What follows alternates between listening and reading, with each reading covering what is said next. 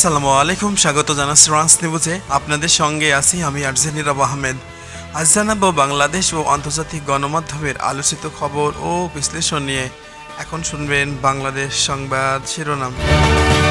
একসময় সরকারি কর্মকর্তাদের বেতন দেওয়াটাও কঠিন হয়ে যাবে, বিদ্যুৎ প্রতিমন্ত্রী।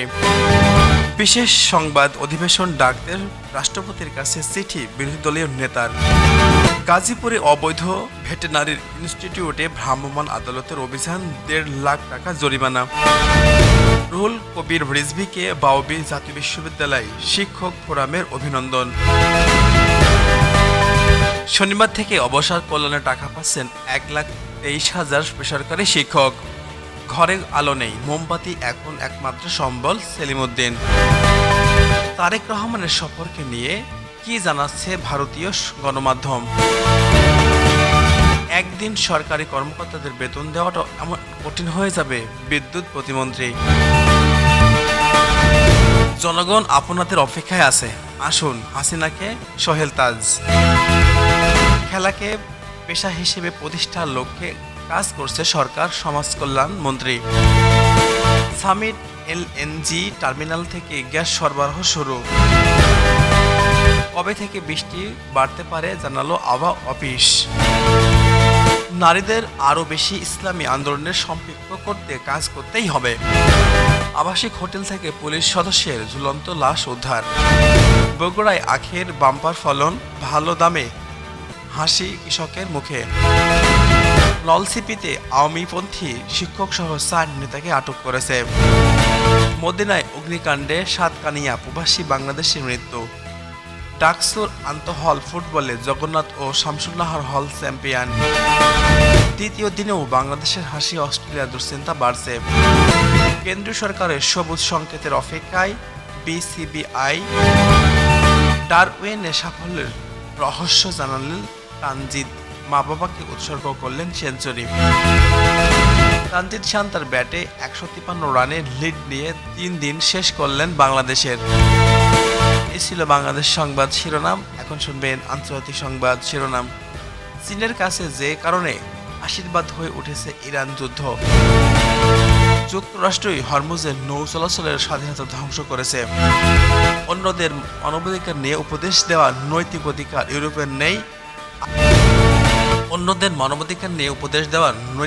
ইউরোপের নেই। আরাকসি রাতের নতুন কর্মসূচি দিয়ে মাঠে থাকছে ককরোচ পার্টি। যুক্তরাজ্যকে ইসলামী প্রজাতন্ত্র বললেন নেতানিয়াহু।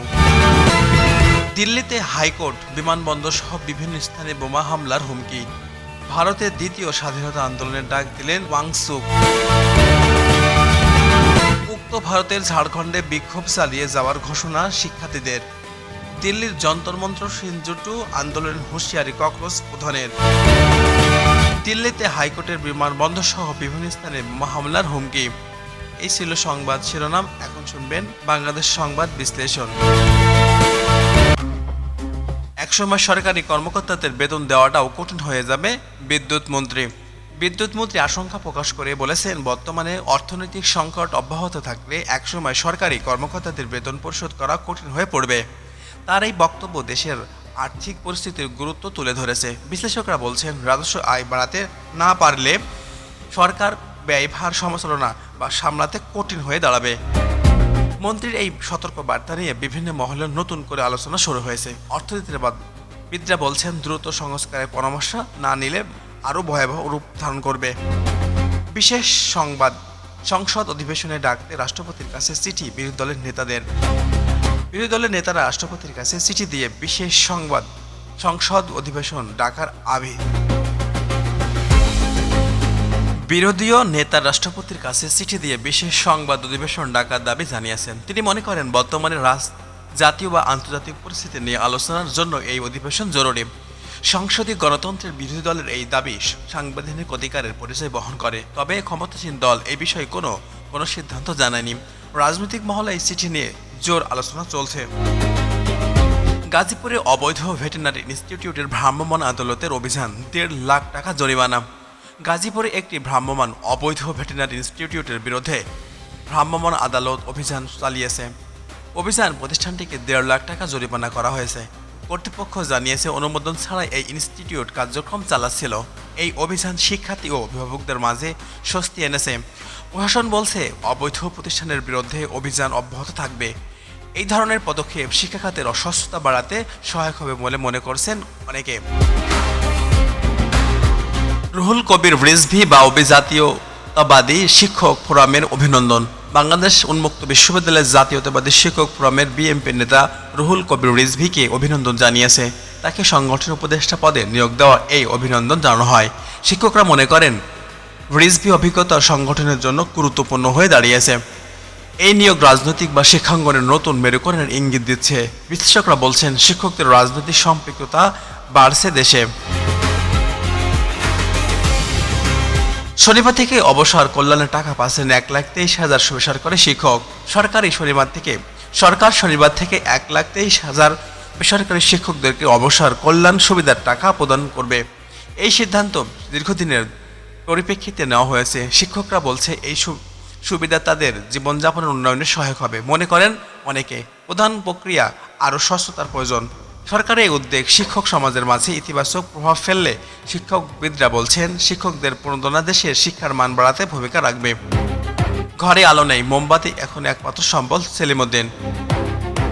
বিদ্যুৎ সংকট দিন কাটছে সেলিমউদ্দিনের মতো সাধারণ মানুষের। তিনি জানান ঘরে আলো নেই, মোমবাতি এখন তার একমাত্র ভরসা। দেশের বিভিন্ন অঞ্চলে লোডশেডিং, বিদ্যুৎ বিপর্যয় চলছে। বিশ্লেষকরা বলছেন জ্বালানি সংকট বা বিতরণের ব্যবস্থার ত্রুটির কারণে এই পরিস্থিতি তৈরি হয়েছে। সরকার বলছে দ্রুত সমস্যার সমাধান করা হবে, তবে সাধারণ মানুষের দুর্ভোগ কমছে না বলে অভিযোগ উঠেছে। তারেক রহমান সফর নিয়ে কি জানাচ্ছেন ভারতীয় গণমাধ্যম। বিএনপির বাংলাদেশের প্রধানমন্ত্রী তারেক রহমান সাম্প্রতিক সফর নিয়ে জাতীয় গণমাধ্যমের ব্যাপক আলোচনা শুরু হয়েছে। ভারতীয় গণমাধ্যমগুলো বলছে এই সফর দুই দেশের রাজনৈতিক সম্পর্কে নতুন মাত্রা যোগ করতে পারে। তবে তারেক রহমানের লন্ডন বা দিল্লি সফর নিয়ে বিভিন্ন মহলে জল্পনা কল্পনা চলছে। বিশ্লেষকরা মনে করেন এখানে ভয়াবহ রূপ ধারণ করতে পারে। আগামী নির্বাচন বা কূটনৈতিক সমীকরণে প্রভাব ফেলতে পারে নেগেটিভভাবে। তবে বিএনপির বিষয়ে আনুষ্ঠানিকভাবে কোনো কিছু জানানো যায়নি। জনগণ আপনার অপেক্ষায় আছে, আসুন হাসিনাকে সোহেল তাজ। সাবেক প্রধানমন্ত্রী কে দেশে ফেরানোর কথা জানিয়েছেন সোহেল তাজ। জনগণ তাকে অপেক্ষা করছে, তিনি দেশে আসুন। তার এই বক্তব্য রাজনৈতিক মহলে নতুন বিতর্ক তৈরি করেছে। বিশেষজ্ঞরা বলছেন হাসিনার প্রত্যাবর্তন নিয়ে দলের ভেতরেই মতভেদ রয়েছে। এই বক্তব্য আওয়ামী লীগের ভবিষ্যৎ রাজনৈতিক কৌশল নিয়ে প্রশ্ন তুলেছে। রাজনীতিবিদরা মনে করেন এটি দলের অভ্যন্তরীণ কোন্দলের প্রকাশ।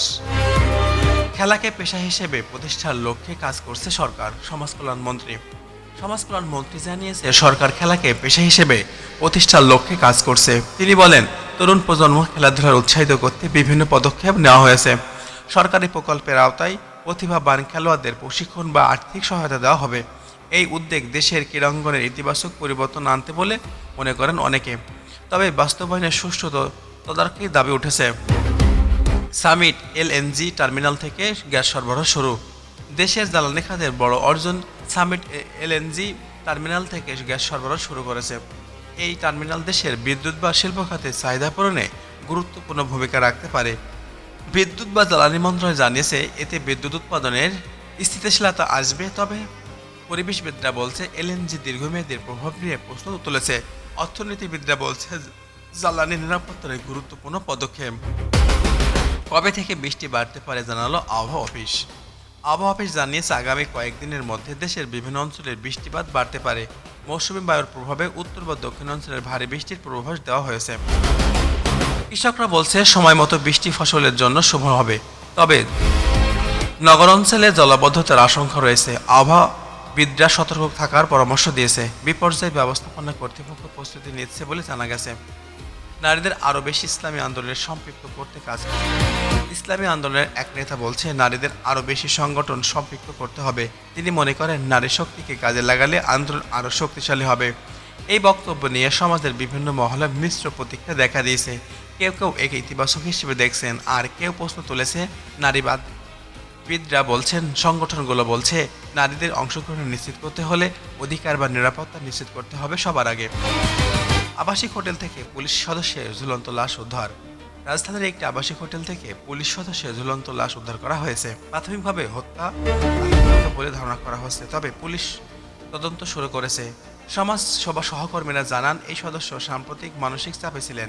এই ঘটনার পুলিশ বাহিনীর মাঝে শোকের ছায়া নেমে এসেছে। বিশেষজ্ঞরা বলছেন, আইন শৃঙ্খলা বাহিনীর সদস্যের মানসিক স্বাস্থ্য সেবা জোরদার করতে হবে। তদন্তের অপেক্ষা রয়েছে পরিবার বা সহকর্মীরা। বগুড়ার আখের বাম্পার ফলন, ভালো দামে হাসি কৃষকের মুখে। কুমিল্লার বড়ুয়ায় বড়ুয়ায় এবার আখের বাম্পার ফলন হয়েছে। ভালো দাম পাওয়ার কৃষকদের মুখে হাসি ফুটেছে। কৃষক অফিসের জানিয়েছে, অভাব অনুকূলে থাকায় ফসল বেড়েছে। স্থানীয় বাজারে আখের চাহিদা বা দাম দুটি সন্তোষজনক। কৃষকরা বলছে, এবার ভালো লাভের আশায় মাঠে নেমেছে। তবে পরিবহন ব্যয় নিয়ে কিছুটা দুশ্চিন্তা রয়েছে। কৃষি বিভাগ বলছে, কৃষকদের সহায়তা প্রয়োজনীয় পদক্ষেপ নেওয়া হবে। নলছিপিতে আওয়ামী লীগপন্থী শিক্ষক সহ 4 নেতা আটক।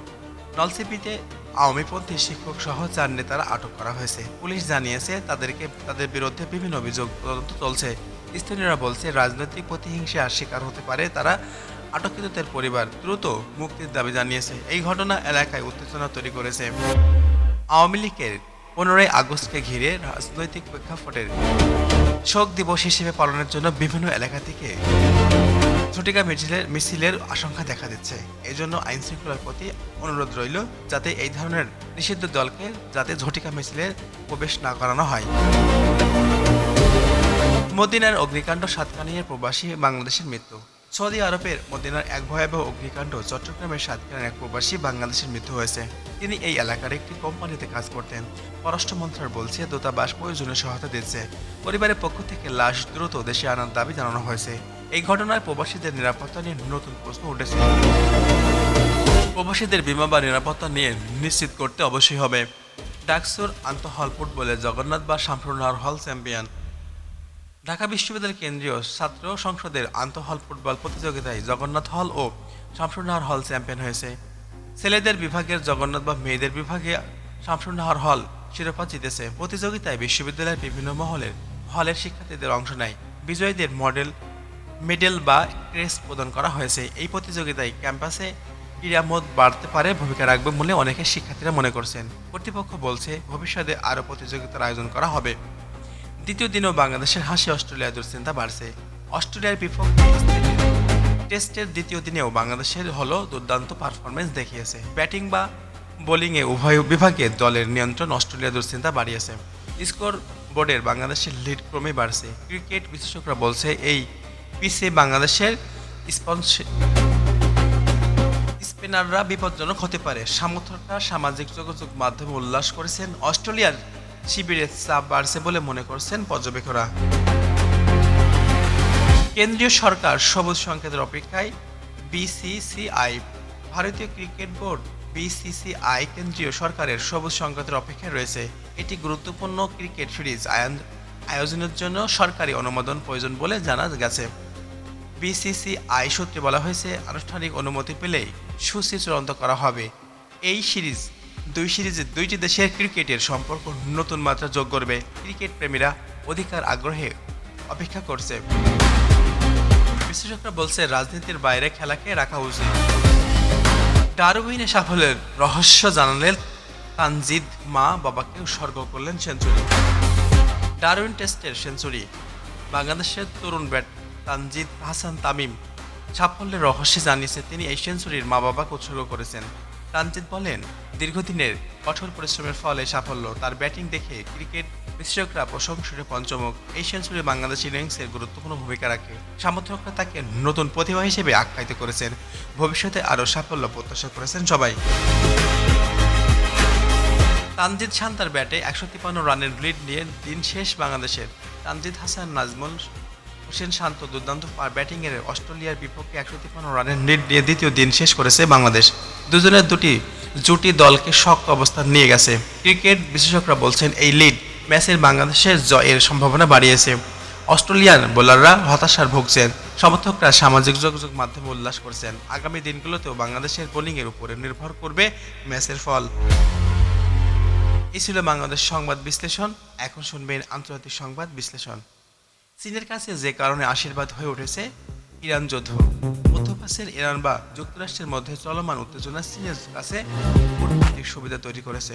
বিশ্লেষকরা বলছেন এই সংখ্যা চীনকে তেল আমদানি আরও নির্ভর করবে। মার্কিন মনোযোগ এশিয়া থেকে সরিয়ে নিয়েছে। বেইজিং নীরবে এই পরিস্থিতি কাজে লাগাতে চাইছে। চীনের বেল্ট অ্যান্ড রোড উদ্যোগের এই অস্থিরতার প্রভাব ফেলতে পারে। আন্তর্জাতিক পর্যবেক্ষকরা মনে করেন চীন এই সংঘাতে নিজেদের অর্থনৈতিক স্বার্থ রক্ষায় ব্যস্ত। যুক্তরাষ্ট্র হরমুজের নৌ চলাচলের স্বাধীনতা ধ্বংস করেছে। ইরানের পররাষ্ট্রমন্ত্রী অভিযোগ করেছেন যুক্তরাষ্ট্র হরমুজ প্রণালীর নৌ চলাচলের স্বাধীনতা ধ্বংস করেছে। তিনি বলেন মার্কিন সামরিক উপস্থিতি আঞ্চলিক অস্থিতিশীল করে তুলেছে। এই বক্তব্য তেহরান বা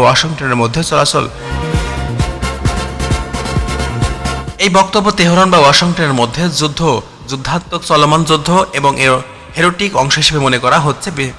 তবে হরমুজ প্রণালীর বিশ্বের তেল সরবরাহের 1/5 পরিবহন করে। এই অঞ্চলের যে কোনো সংঘাত বিশ্বের অর্থনীতিকে প্রভাব ফেলতে পারে আশঙ্কা করা হচ্ছে। অন্যদের মানবাধিকার নিয়ে উপদেশ দেওয়ার নৈতিক অধিকার ইউরোপের নেই। আরাকসি ইরানের পররাষ্ট্রমন্ত্রী আব্বাস আরাকসি বলেন অন্যদের মানবাধিকার নিয়ে উপদেশ দেওয়া নৈতিক অধিকার ইউরোপের নেই। তিনি ইউরোপীয় ইউনিয়নের সমালোচনার জবাবে এই মন্তব্য করেন। আরাকসি মনে করেন ইউরোপের নিজেদের অভ্যন্তরীণ সমস্যার সমাধানের ব্যর্থ হয়েছে। এই বক্তব্য ইরান বা পশ্চিমা বিশ্বের নতুন চলমান উত্তেজনার নতুন মাত্রা যোগ করেছে। কূটনৈতিক বিশ্লেষকরা বলছেন এই বাকযুদ্ধ আলোচনার পথ আরও শুরু করে দিয়েছে। রাতের নতুন কর্মসূচি নিয়ে মাঠে নামছে ককরোচ পার্টি। ভারতের ককরোচ পার্টি রাতের নতুন কর্মসূচি ঘোষণা করে মাঠে থাকার ঘোষণা দিয়েছে। দলের প্রধান বলছে সরকার বিরোধে তাদের আন্দোলন অব্যাহত থাকবে। এই কর্মসূচি দিল্লির রাজনীতির নতুন উত্তাপ তৈরি করেছে। পুলিশ বলছে শান্তিপূর্ণ আন্দোলনের অনুমতি দেওয়া হবে, তবে সহিংসতা সহ্য করা হবে না। বিশ্লেষকরা মনে করেন এই আন্দোলন কেন্দ্রীয় সরকারের জন্য নতুন চ্যালেঞ্জ তৈরি হতে পারে। আগামী দিনগুলোতে দিল্লির রাজপথ উত্তপ্ত হওয়ার শঙ্কা রয়েছে। যুক্তরাজ্যকে ইসলামী প্রজাতন্ত্র বলেছেন নেতানিয়াহু। ইসরায়েলের প্রধানমন্ত্রী বেঞ্জামিন নেতানিয়াহু যুক্তরাজ্যকে ইসলামী প্রজাতন্ত্র বলে উল্লেখ করেছেন। তার এই বক্তব্য ব্রিটিশ রাজনৈতিক মহলে তীব্র প্রতিক্রিয়া দেখা দিয়েছে। ডাউনিং স্ট্রিট এর বক্তব্যের কোনো প্রতিক্রিয়া জানায়নি। বিশ্লেষকরা বলছেন নেতানিয়াহুর এই বক্তব্য বা মন্তব্য বিদেশের সম্পর্ক নতুন টানাপোড়া তৈরি করেছে। মধ্যপ্রাচ্যের ইসরায়েলের কূটনৈতিক অবস্থান নিয়েও প্রশ্ন উঠেছে। এই ঘটনা আন্তর্জাতিক মহলের ব্যাপক আলোচনার জন্ম দিয়েছে। দিল্লিতে হাইকোর্ট বিমানবন্দর সহ বিভিন্ন স্থানে বোমা হামলার হুমকি। ভারতের রাজধানী দিল্লি হাইকোর্ট বিমানবন্দর, রেল স্টেশন সহ বিভিন্ন গুরুত্বপূর্ণ স্থানে বোমা হামলার হুমকি পাওয়া গেছে। নিরাপত্তা বাহিনী সতর্ক জারি করেছেন, তল্লাশি অভিযান শুরু করেছে। পুলিশ বলছে হুমকি এখনও নিশ্চিত হওয়া যায়নি, তবে সর্বোচ্চ সতর্কতা অবলম্বন করা হচ্ছে। দিল্লিবাসীর মাঝে আতঙ্ক ছড়িয়ে পড়েছে। এই হুমকি কোনো সংগঠন বা এলাকার স্পষ্ট নয়। নিরাপত্তা বিশেষজ্ঞরা বলছেন এই ধরনের হুমকি রাজনৈতিক উদ্দেশ্য প্রণীত হতে পারে। ভারতের দ্বিতীয় স্বাধীনতা আন্দোলনের ডাক দিলেন ওয়াংসু। লাদাখি নেতা সোনাম ওয়াংসু ভারতে দ্বিতীয় স্বাধীনতা আন্দোলনের ডাক দিয়েছে। তিনি দাবি করেন বর্তমানে সরকার সংবিধান অধিকার কেড়ে নিয়েছে। ওয়াংসু এই ডাকে পাঞ্জাব বা হরিয়ানার কৃষকরা সমর্থন জানিয়েছে। দিল্লির রাজপথে বিক্ষোভ আরও তীব্র হওয়ার শঙ্কা রয়েছে। কেন্দ্রীয় সরকার বলছে আইন শৃঙ্খলা রক্ষায় কঠোর অবস্থান নেওয়া হবে। বিশ্লেষকরা মনে করেন এই ধরনের ভারতের রাজনীতির নতুন মেরুকরণের সূচনা তৈরি হতে পারে। উত্তপ্ত ভারতের ঝাড়খণ্ড বিক্ষোভ চালিয়ে যাওয়ার ঘোষণা শিক্ষার্থীদের। তারা সরকারের চাকরির দাবিতে রাস্তায় নেমেছে। শিক্ষার্থীরা ঘোষণা দিয়েছে দাবি না মানা পর্যন্ত বিক্ষোভ চালিয়ে যাবেন। পুলিশের সঙ্গে সংঘর্ষে অনেক আহত হয়েছেন বলে জানা গেছে। রাজ্য সরকার বলছে দাবি যৌক্তিক হলে বিবেচনা করা হবে। বিশ্লেষকরা বলছে বেকারত্বের এই সমস্যা ভারতের অন্যান্য রাজ্যে ছড়িয়ে পড়েছে। আন্দোলনের রূপ আগামী দিনে আরও তীব্র হতে পারে। দিল্লির যন্তর মন্তর সিনজু আন্দোলনের হুঁশিয়ারি ককরোচ পার্টির প্রধান দিল্লির যন্তর মন্তর সিনজু আন্দোলনের হুঁশিয়ারি দিয়েছে। তিনি বলেছেন সরকার বিরুদ্ধে আন্দোলনের লড়াই এখনও শেষ হয়নি। এই ঘোষণা দিল্লির রাজনীতিতে নতুন করে উত্তেজনা তৈরি হয়েছে। পুলিশ বলছে আইন শৃঙ্খলা রক্ষায় প্রস্তুত হয়েছে। তারা বিশ্লেষকরা মনে করেন এই আন্দোলন কেন্দ্রীয় সরকারের জন্য বড় চ্যালেঞ্জ হতে পারে। আগামী দিনগুলোতে রাজনৈতিক বা তাপমাত্রা আরও বাড়তে পারে বলে আশঙ্কা করা হচ্ছে। এতক্ষণ সাথে থাকার জন্য অসংখ্য ধন্যবাদ। আর আমি ছিলাম আপনাদের সাথে আরজে নীরব আহমেদ। নেক্সট কোন এপিসোডে আপনাদের মধ্যে উপস্থিত হব। ততক্ষণ পর্যন্ত ভালো থাকবেন, সুস্থ থাকবেন। Take care in your health. Goodbye, আল্লাহ হাফেজ। তো খবর নিয়ে হাজির আমি নিজে আরজে নীরব আহমেদ। চোখ রাখুন, কণ্ঠ শুনুন, জানুন প্রতি মুহূর্তে